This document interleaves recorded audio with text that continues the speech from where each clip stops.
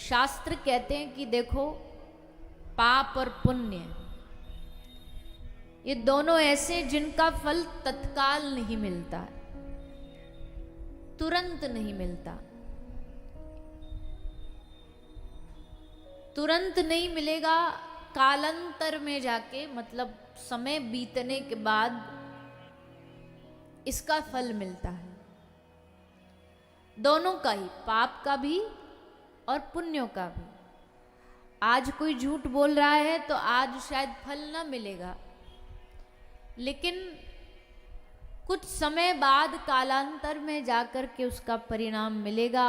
आज कोई गंदी कमाई कर रहा है तो दिखेगा कि मौज ले रहा है, मौज में दिखेगा। कोई आदमी संभवतः पूजा कर रहा है और पता चले पूजा करते ही पूजा करने वाले को बुखार आ गया, रोग आ गया। अब कोई ये कहे कि भाई ये तो पूजा करता है, इसको कैसे बीमारी हो सकती है? तो कहा कि भैया ये थोड़ी समझने वाला विषय है कि पाप और पुण्य ये तुरंत फल नहीं देते हैं।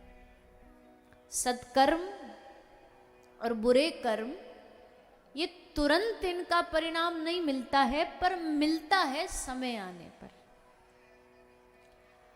आज जो सत्कार्य कोई कर रहा है, यज्ञ कर रहा है, पूजा कर रहा है, सत्संग सुन रहा है, दान कर रहा है, हो सकता है दान करने वाले, पूजा यज्ञ करने वाले के जीवन को देखो तो उसमें बड़े दुख दिखाई देंगे। कोई गलत काम, मांसाहार खा रहा है, शराब पी रहा है, नशे में धुत पड़ा है, उसका देखो खूब बड़ा लंबा चौड़ा बिजनेस होगा, खूब पैसा होगा, खूब गाड़ियां होंगी।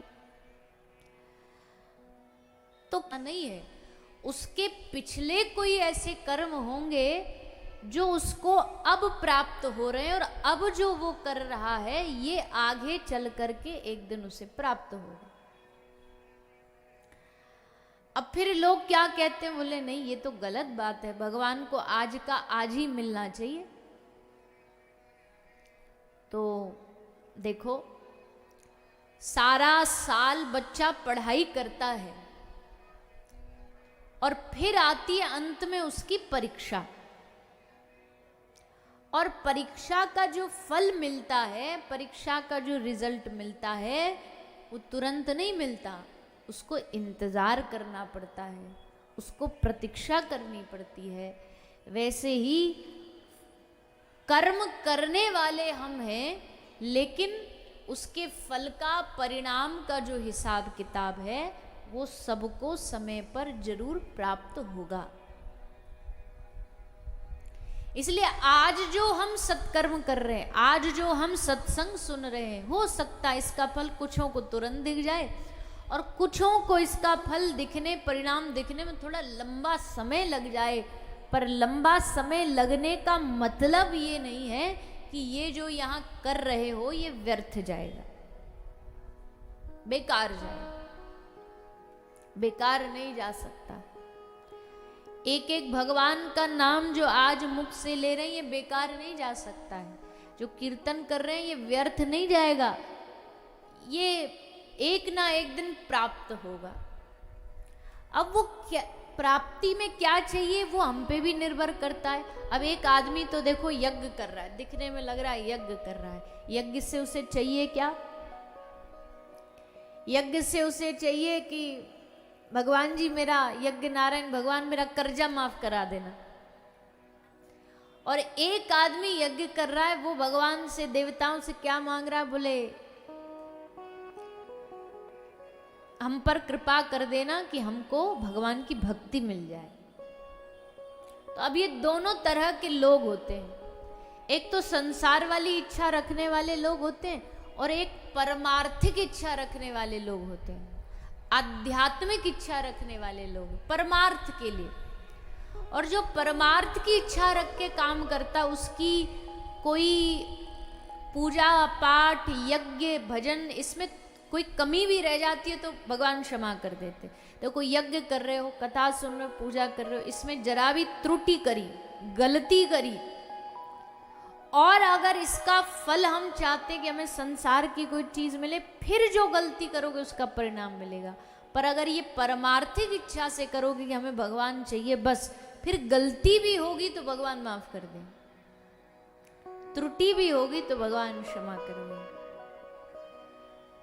और गलतियां कहाँ नहीं होती, कोई कितना भी सूझ समझदारी से चल ले, कितनी भी बुद्धिमानी से चले, गलतियां तो होती हैं। हम कितने भी मन में अच्छे भाव रख के करें पर गलती तो होगी।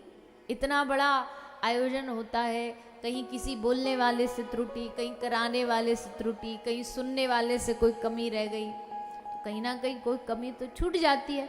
तो अगर वो कमी को, इस कार्य को भगवान का मान के हम करेंगे तो फिर उस कार्य में गलती भी भगवान क्षमा कर देते हैं। पर मानना पड़ेगा कि ये जो हम कर रहे हैं ये भगवान को पाने के लिए ही कर रहे हैं। आप सब यहाँ आए हो, बैठे हो, किस लिए आए हो यहाँ पर? किस लिए आए हो?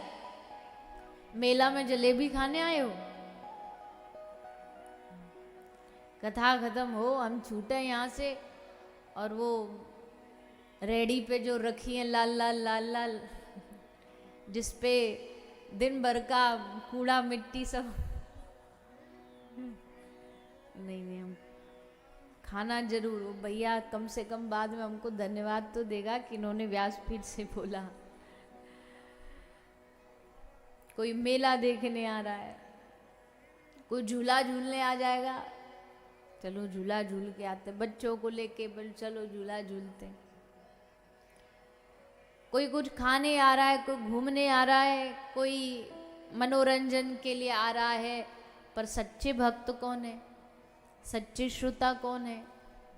जो यहाँ इस कथा में कोई भी इच्छा लेकर के नहीं, सिर्फ एक ही इच्छा लेकर के आते हैं और वो है कृष्ण दर्शन लालसा। मतलब भगवान को पाने की इच्छा जो लेकर के आता है उस पर भागवत की विशेष कृपा होती है।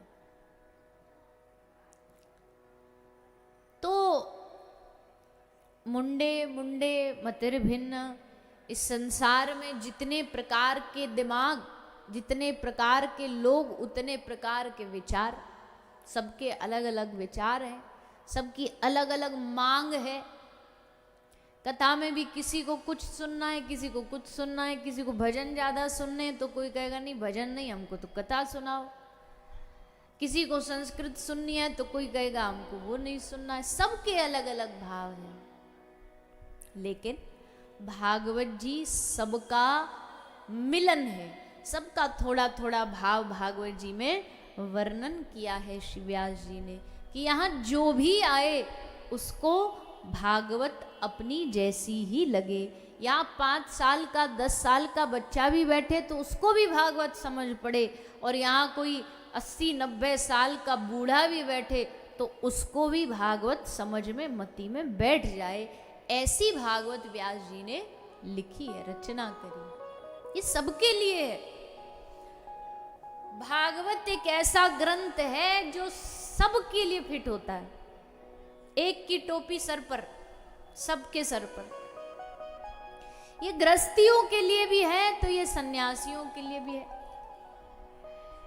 ये जो मोह में पड़े उनके लिए भी है, तो जो वैराग्य में परिपूर्ण है उनके लिए भी है। एक तरफ श्री सुखदेव जी महाराज वैराग्य में परिपूर्ण है, तो वहीं एक राजा है परीक्षित जो राज्य काज में उलझा पड़ा था, उसको भागवत सुनाई जा रही है। तो मतलब ये है कि भागवत सबके लिए है, सबके जीवन में बदलाव लाने के लिए है। जो जो व्यक्ति इस भागवत के साथ, इसके संपर्क में आता है, भागवत जी की शरण में आता है, भागवत जी उसका कल्याण करती है। ये ज्ञान और वैराग्य जैसे ज्ञानियों के लिए भी है, तो ये धुंधकारी जैसे पापियों के लिए भी है।